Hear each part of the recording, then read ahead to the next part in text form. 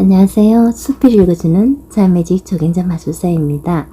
세상에서 가장 어려운 것, 스스로에게 솔직해지는 것, 정여울. 다른 사람이 쓴 책을 읽는 일로 시간을 보내라. 다른 사람이 고생을 하면서 깨우친 것을 보고 쉽게 자신을 개선시킬 수 있다. 소크라테스. 스스로에게 어떤 질문을 던지는가에 따라 삶의 방향이 바뀔 때가 있다. 우리는 대답할 수 있는 질문만을 들으려는 경향이 강하다. 대답하기 어려운 질문은 골치가 아프니까.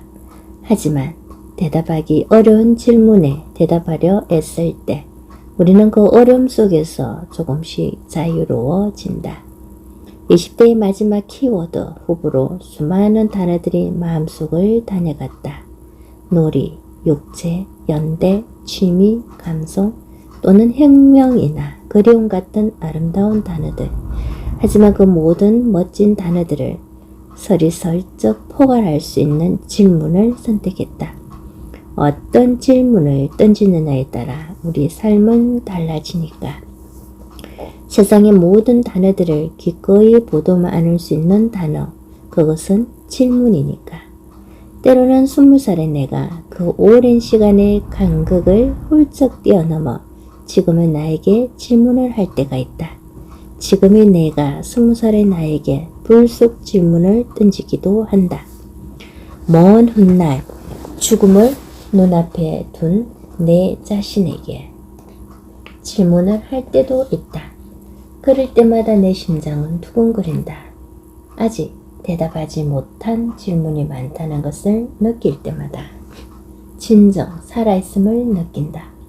마지막 챕터에서는 20대 친구들이 나에게 많이 던지는 단골 질문들, 그리고 20대의 나에게 지금의 내가 던지고 싶은 질문들을 모아 가상 인터뷰를 꾸며보았다.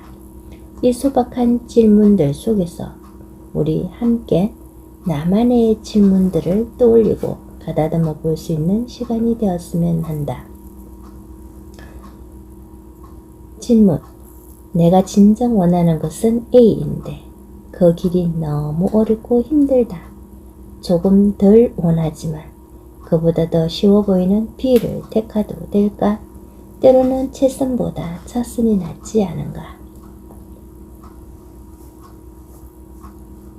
A. 대체제란 없다. 간절히 원하는 것을 대체할 수 있다고 믿는 좀 더 쉬운 것을 선택할 경우 끊임없이 가장 원했던 바로 그것이 내리를 떠나지 않는다. 가장 원하는 것을 대체할 수 있는 다른 무언가는 처음부터 없다. 나는 수많은 실수를 통해 대체제란 없다는 것을 아프게 깨달았다.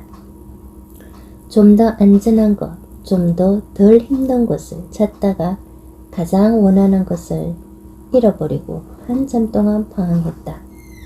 무언가를 진정 원한다면 그 무언가를 대체할 차선이 아니라 바로 그것, 최선을 향해 달려가야 한다. 아무리 힘들어도 아무리 외로워도 결국 실패하더라도 온 힘을 다해 간절히 그것을 원했다면 실패하더라도 후회는 없다. 정말 무언가를 간절하게 원한다면 그 길밖엔 다른 길이 없기 때문이다. 용의 꼬리보다는 닭의 머리가 낫다는 생각에서 벗어나자. 원하지 않는 곳에서 대단한 자리를 차지하는 것보다는 원하는 곳에서 소박한 자리를 차지하는 것이 진정한 행복의 비결이다. 그것을 마음 깊이 인정하면 수많은 고민들이 해결된다. 내가 진정으로 원하는 곳에서 가장 하찮은 자리를 차지하더라도 나는 그곳이 좋다. 질문 2. 실현의 상처는 어떻게 극복하나? 아니, 극복할 수 있을까? 답. 솔직히 상처는, 특히 실현의 상처는 본질적으로 극복 불가능한 것 같다. 더 정확히 말하면 극복하려고 하면 극복이 안 된다. 나는 상처에 굴복한 자신을 인정하기 싫어서 엄청난 연기력을 발휘했다. 물론 쉽게 했지만 상처가 없는 척, 아프지 않은 척 한 것이다. 스스로 나는 괜찮다는 주문을 걸기도 하고 쿨해져야 한다고 스스로를 다독이기도 했다. 인생에는 사랑이나 상처보다 더 중요한 것이 많다고 스스로를 다그치기도 했다. 하지만 그렇게 스스로를 속이는 것은 결코 도움이 되지 않는다. 차라리 아픔 속에 흠뻑 빠져 있는 것이 낫다. 극복되지 않은 채 마음 깊숙이 침잠해버린 상처는 오랜 시간이 지나 추억조차 희미해진 시점이 와도 언제든 다시 재발할 수 있다. 제대로 슬퍼하지 못한 상처는 언젠가는 반드시 되돌아와 우리의 잠든 무의식을 강타한다. 슬픔의 밑바닥까지 속속들이 체험해보는 것이 우리를 성장케 한다. 상처를 곱씹는 일은 지독히 아프지만 그런 솔직함은 스스로에게 커다란 도움이 된다. 아픔을 치유하려고만 하지 말고 우선 아픔과 친해지는 법을 배워야 한다. 상처도 익숙하며 어느덧 둘도 없는 친구가 된다. 그 상처가 나를 좀 더 나은 존재가 되도록 이끌어주는 스승이 되기도 한다. 슬픈 것은 결코 부끄러운 것이 아니다. 차였다, 찼다라는 표현에 민감한 것이 20대들의 특징 중 하나다. 누가 찼어? 누가 차였대? 이런 질문은 호기심을 자극하지만 중요한 질문은 아니다. 오랜 시간이 지나면 누가 누구를 떠났는가가 중요한 것이 아니라 헤어질 수밖에 없었던 공통의 문제를 정직하게 대면하지 못한 것이 진짜 문제임을 알게 된다. 상처가 마음속에서 제멋대로 날뛰지 않도록 온순하게 길들이지 말자. 안 아픈 척, 센 척, 쿨한 척 하지 말자. 아픔을 절절히 느끼면서 아픔의 무늬와 질감을 가만히 느껴보자. 그러면 내가 미처 몰랐던 나를 영원히 풀리지 않는 사랑의 수수께끼를 그리고 헤어진 그 사람의 마음을 조금씩 이해하게 된다. 상처는 전쟁의 대상이 아니다. 상처는 우리가 살아있는 한 우리가 함께 해야 할 아프지만 더없이 소중한 내면의 도시다. 세상을 향해 던지는 당신의 질문은 무엇인가요? 세상에서 제일 중요한 것은 어떻게 하면 내가 정말 나다워질 수 있는지 아는 것이다. 몽테뉴 수상록 중에서 질문. 매일 만나야만 하는 사람 중에 정말 싫은 사람이 있다. 사실 어딜 가나 싫은 사람이 있다. 좋아하지 않는 사람과 매일 일하고 대화하고 밥 먹는 일이 고통스럽다. 해결책은 없을까? 답. 20대뿐만 아니라 모든 세대들의 고민거리다. 우리가 사회생활을 하는 한 월든처럼 숲속에 숨어 들어가 혼자 살지 않는 한 평생 겪어야 할 문제다. 사람이 싫은 이유는 크게 세 가지인 것 같다. 첫째, 정말 상식에 어긋난 행동을 할 경우 그럴 땐 우리의 입장을 정하고 관계를 정리해야 한다. 상식에 어긋난 행동을 눈 감아주고 지나쳐버릴 것인지 아니면 내게 소중한 상식을 지키기 위해 그 사람과 싸울 것인지. 둘째, 그는 나무랄 데 없지만 그의 존재 자체가 나를 위협할 경우 이럴 때 느끼는 정오는 사실 질투에서 우러나온다. 그의 탁월함은 그의 잘못이 아니다. 우선이 싫음의 기원이 질투임을 인정해야 한다. 질투를 통해 나의 결핍을 깨닫고 그에게서 무언가를 배울 수 있다. 그럴 수 없다면 질투는 관계뿐 아니라 나를 파괴하는 것이다. 셋째, 그의 보기 싫은 면이 싫은 나의 일부인 경우다. 가장 해결되기 어려운 정오는 사실 이런 경우에 발생한다.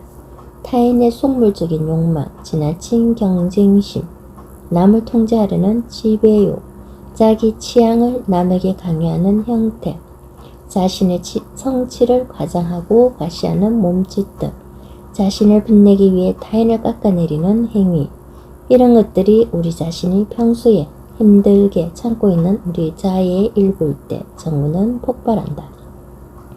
정말 인정하기 싫지만 내 안에 해결되지 않은 문제들이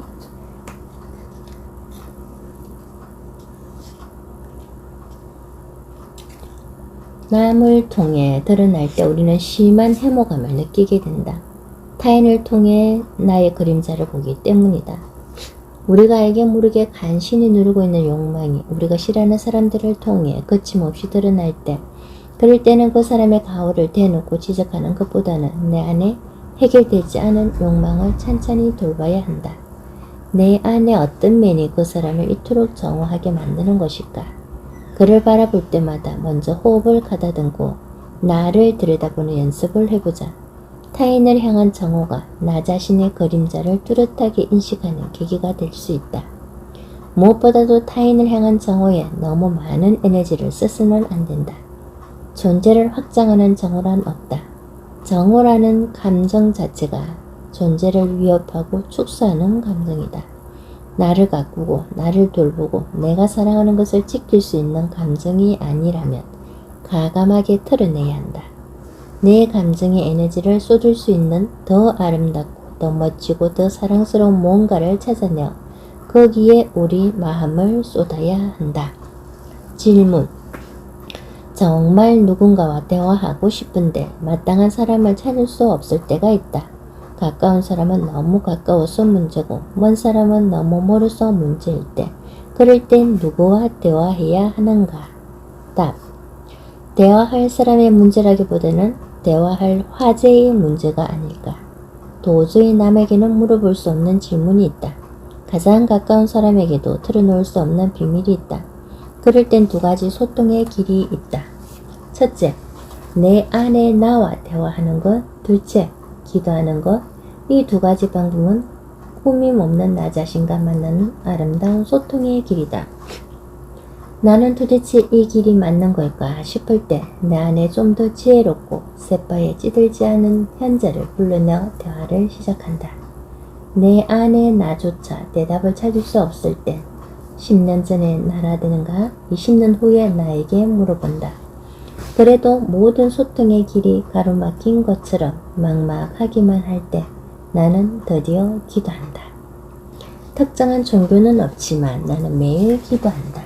너무 절망적이어서 기도의 문장조차 떠오르지 않을 때는 타인의 아름다운 기도를 가만히 되뇌어 본다. 예컨대 라인홀더 니부어의 평온을 위한 기도 같은 그 문장을 천천히 발음하는 것만으로도 번뇌의 파도가 가라앉는. 하나님, 저에게 바꿀 수 없는 것을 받아들이는 평온을, 바꿀 수 있는 것은 바꾸는 용기를, 그리고 그 차이를 구별하는 지혜를 주시옵소서. 나는 복잡하고 화려한 미디어에 수사하게 질릴 때마다 인디언의 기도를 찾아 가만히 소리내어 읽어본다. 우리가 미처 돌보지 못한 내면의 목소리가 꾸밈없이 살아있는 소박하고 정겨운 인디언들의 기도문에는 문명인이 도저히 따라갈 수 없는 인식의 깊이가 있다. 내 형제들보다 더 위대해지기 위해서가 아니라 가장 큰 적인 내 자신과 싸울 수 있도록 내게 힘을 주소서. 나로 하여금 깨끗한 손, 똑바른 눈으로 언제라도 당신에게 갈 수 있도록 준비시켜 주소서. 그래서 저 노을이 지듯이 내 목숨이 사라질 때 내 혼이 부끄럼 없이 당신에게 갈 수 있게 하소서. 수우족의 기도문 중에서 모든 소통의 길이 막혔을 때 누구와 대화해야 할까? 기도는 인류가 발명한 가장 아름다운 소통의 방식이다. 정말 신기하게도 함께 이야기를 나눌 사람이 없어서 어쩔 수 없이 기도를 시작하면 기도가 끝난 후에는 사람들과 편안하게 이야기를 나눌 수 있게 된다. 기도가 끝나고 나면 내 슬픔에 거리를 둘 수 있는 감각이 생기기 때문이다.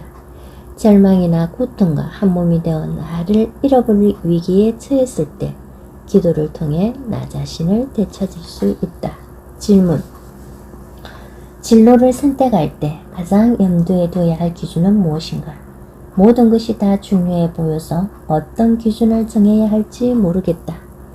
그러다 보면 세상 사람들이 좋다고 하는 것을 무조건 따라하게 될까봐 두렵다. 답. 뭔가를 선택해야 할 때 우리가 두려움을 느끼는 이유는 무엇을 선택하는 것이 곧 무언가를 버려야 하는 것임을 본능적으로 직감하기 때문이다. 예를 들어 작가가 되고 싶다고 한다면 사실 규칙적인 수입이라든지 명함을 주고받는 삶의 안정감을 버려야 한다. 사람들에게 얼굴이 많이 알려지는 직업을 선택하고 싶다면 누구의 시선에도 구애받지 않고 자유롭게 살아갈 수 있는 삶을 버려야 한다. 내가 무엇이 되고 싶을까를 충분히 성찰했다면 이미 내가 원하던 그 사람이 되었다고 생각하고 그 가상의 미래를 차근차근 상상해보자. 그렇게 당신의 꿈이 이루어졌을 때 당신 곁에 누가 사라졌는가? 당신이 소중하게 생각하는 그 무언가를 잃어버렸는가? 꿈은 이루어졌는데 정작 자신을 잃어버릴 위험이 느껴지는가? 당신은 그 상실감을 감당할 수 있는가? 그 상실을 감당할 만큼 그 길을 간절히 원하는가? 나 또한 그런 경험을 했다. 계속 글을 쓰고 싶다면 경제적인 불안정은 물론 어딘가에 소속되어 있다는 안정감도 버려야 했다. 주변의 친구나 선후배들이 저마다 자리를 잡아가는데 나만 프리랜서로 살아간다는 것이 편치는 않았다. 하지만 불안해질 때마다 내가 마음속으로 의지하는 사람들이 있었다. 벌써 10여 년 전 내가 우르르 보던 한 선배는 이제 막 대학원에 입학한 내게 이런 말씀을 해주셨다. 10년 동안 시간 강사만 할 수 있어도 나는 괜찮다고 생각할 수 있다면 그런 사람들이 이 바닥에 10명만 아니 5명만 생겨도 우린 조금 더 행복해질 거다. 그 말은 이상하게도 나에게 커다란 용기를 주었다. 솔직히 정말 끔찍하다라는 생각도 들었지만 10년 동안 시간 강사만 할 수 있어도 아니 그 이상이라도 그래도 나는 정말 괜찮은가 라고 스스로에게 질문할 시간을 주었던 것이다. 그 질문을 내 식으로 바꾸자면 아무것도 되지 못한 채로 내 꿈을 놓아버리지 않고 버틸 수 있는가 였다. 나는 아무것도 아니다. 대단한 직업은 물론 안정된 수입도 없다. 그렇지만 내가 원하는 삶을 살기 위해서라면 아무것도 아닌 나를 견딜 수 있다. 나에겐 그런 깡이 있었다. 없는 줄 알았지만 살다 보니 생겼다.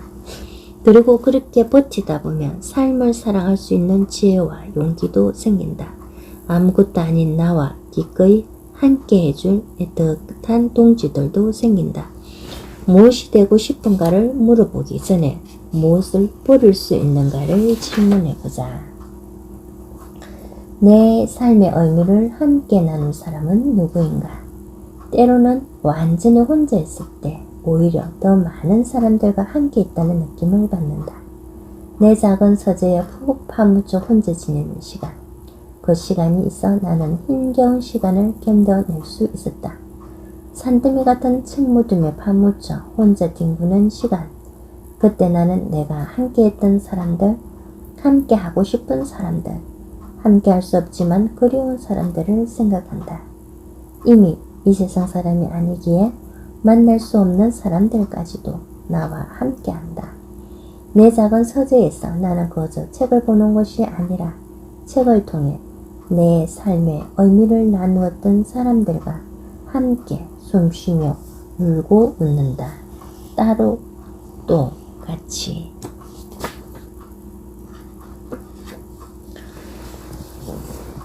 에필로그. 내 청춘의 아름다운 뒤풀이를 마치며 나는 남들에게 들려줄 특별한 이야기가 없는 사람인 줄 알았다. 이 글을 쓰기 전까지는 얼마 전 친구에게 그런 말을 한 적이 있다. 내 안엔 세상에 내놓을 만한 멋진 이야기가 없는 것 같다고. 그래서 다른 사람의 이야기를 가만히 전달하는 사람이 되었을지도 모른다고. 하지만 그 친구는 고개를 가로저었다. 그 친구의 맑고 따스한 눈길은 말하고 있었다. 우리 모두에겐 쉽게 표현할 수 없는 이야기가 있다고. 쉽게 표현할 수 있다면 그건 이야기가 아니라고. 정말 신기하게도 그때 알아들으면 좋았을 것들이라는 제목이 붙은 이 작은 이 이야기는 나의 자발적인 노력보다는 이야기를 들려주고 싶은 사람 덕분에 태어났다.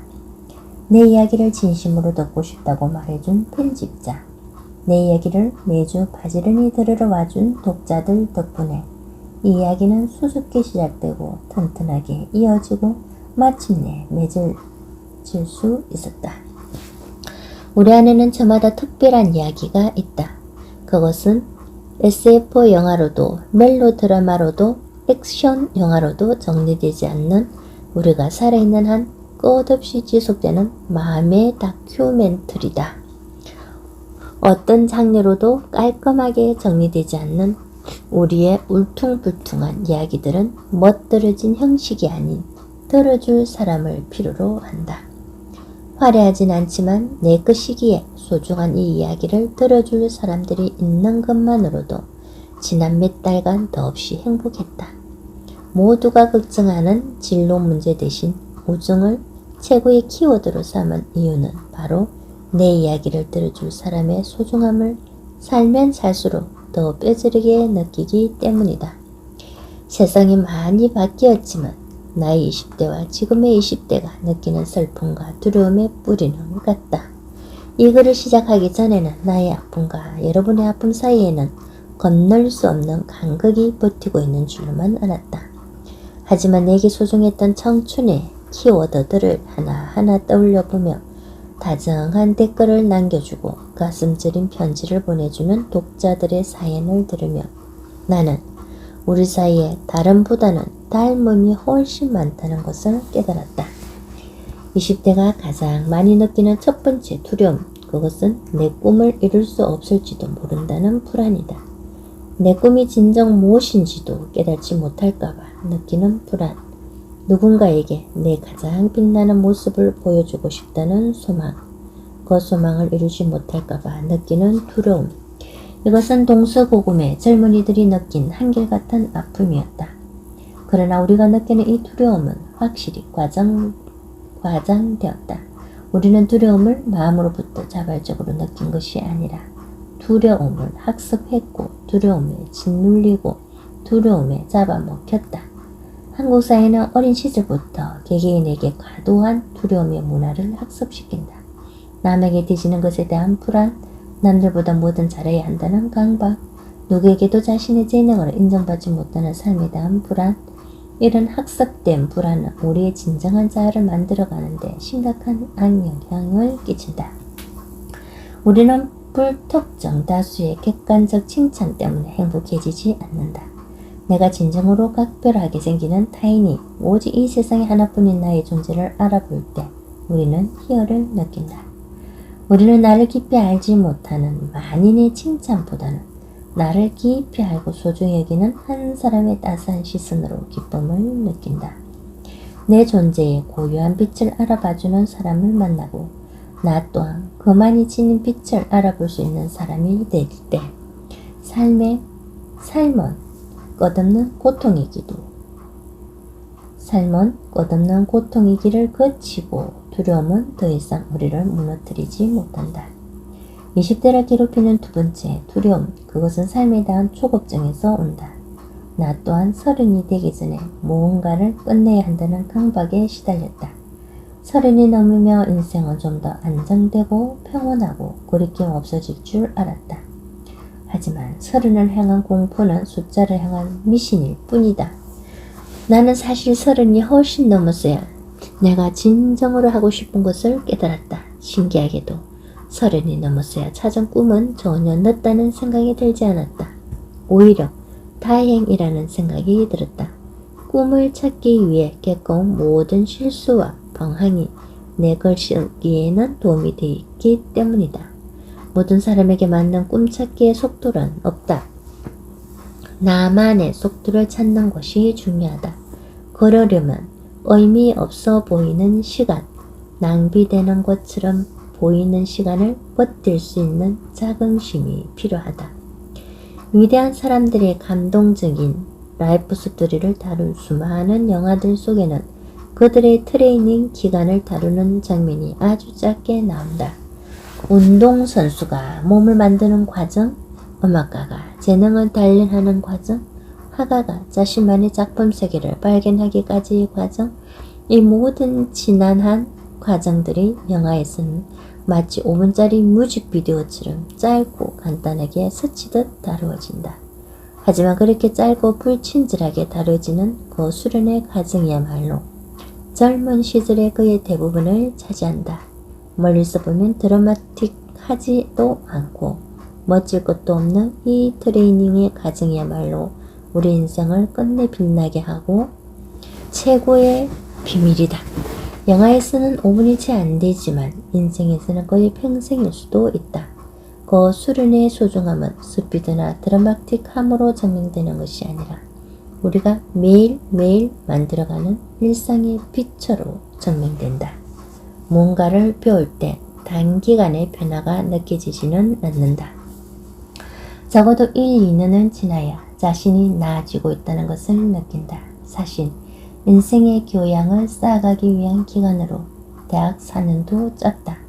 과정의 행복을 느낄 줄 아는 사람이 어려운 상황에서도 마음의 권력을 키울 수 있다. 영화는 2시간 만에 한 사람의 인생을 스피드하게 보여주지만 우리 인생은 몇 년이 지나도 별 변화가 없는 것처럼 느껴질 수도 있다. 이럴 때 그 보이지 않는 변화를 느낄 수 있게 해주는 것이 바로 나만의 글쓰기다. 일기든 편지든 우리는 우리의 그때 그 시절을 기억하게 만드는 글쓰기에 조금만 시간을 써보자. 나는 옛날에 쓴 일기나 메모를 우연히 발견할 때마다 잃어버린 시간을 되찾는 동시에 그동안 훌쩍 자란 나 자신을 발견한다. 과거의 메모가 유치하고 쑥스러울수록 그동안 조금만 성숙해진 나 자신이 기특하다. 빛바랜 책갈피 위에 희갈긴 서툰 메모들은 과거의 내가 현재의 나를 향해 보내는 편지가 되어 잃어버린 시간을 되찾아 준다. 이 길은 나와 내 친구들이 20대를 보내면 미처 끝내지 못한 사랑과 우정의 뒤풀이이기도 하다. 도대체 무엇을 해야 할지 몰라 차라리 빨리 늙어버리기를 바랐던, 그래서 제대로 작별 인사조차 나누지 못했던 나와 내 친구들의 20대를 향한 때늦은 뒤풀이. 나는 그 뒤풀이에 추모가 되어 밤새도록 한기로운 술을 나르고 푸짐하게 안주를 요리하며 아직 우리 가슴속에 여전히 싫은 꿈으로 빛나는 20대를 다독이고 거슬리고 보듬어주고 싶다. 사랑과 혁명과 우정이 인생의 전부라고 믿었던 아직 실현되지 않은 너무도 푸른 꿈을 향한 골든벨을 울리고 싶다. 20대의 가슴에 안겨주고 싶은 20대의 키워드를 정리하면서 스스로에게 물어보았다. 이 모든 단어들이 내게는 소중하지만 이 20개의 키워드를 딱 3개로만 요약한다면 나는 3가지를 꼽고 싶다. 바로 사랑, 혁명, 우정이다. 내가 소중하게 가까운 청춘의 키워드들은 이 3가지와 어떤 방식으로든 아름답게 연결되어 있다. 사랑, 혁명, 우정을 향한 순수한 열정이 우리의 20대를 빛나게 하는 힘이다. 세상은 점점 각백해져 20대의 키워드가 생존, 스펙, 취직으로 변해버린 것 같다. 하지만 그런 가치들은 상황이지 우리가 스스로 지켜내야 할 가치가 아니다. 세상이 아무리 바뀌어도 내 마음속에 별처럼 빛나는 이 3 단어의 가치는 바뀌지 않을 것 같다. 사랑, 혁명, 우정, 이루어지지 않아도 끝없이 실패해도 소유할 수 없어도 변함없이 아름다운 가치들이다. 바보 같아 보여도 철진한 이상처럼 보여도 난 그것들이 미치게 좋다. 사랑, 혁명, 우정을 향한 변함없는 짝사랑이 나를 여전히 지켜주는 보이지 않는 힘이다. 따스한 낱말 삼총사가 여러분의 삶도 환하게 비춰주기를 간절히 기도한다. 우정은 나를 바꾸고, 사랑은 너와 나를 바꾸고, 혁명은 세상을 바꾼다.